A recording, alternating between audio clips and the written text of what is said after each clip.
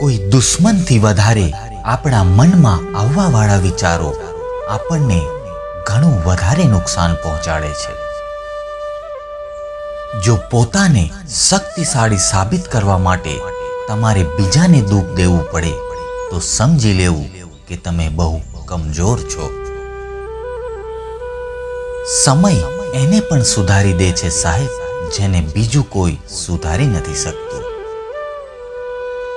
સમજદાર માણસ પોતે જ શીખી જાય છે અને ના સમજ માણસને સમય શીખવી દે છે.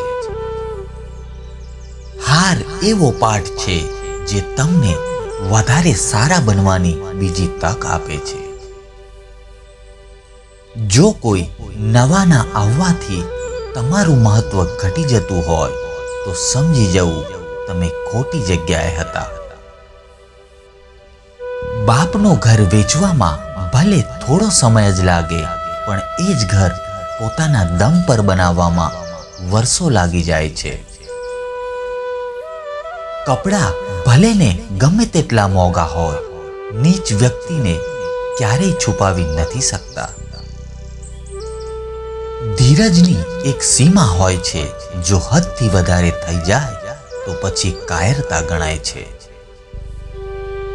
સફળતા મેળવવા માટે માત્ર હાર્ડવર્ક જ નહીં, સ્માર્ટ વર્ક પણ જરૂરી છે.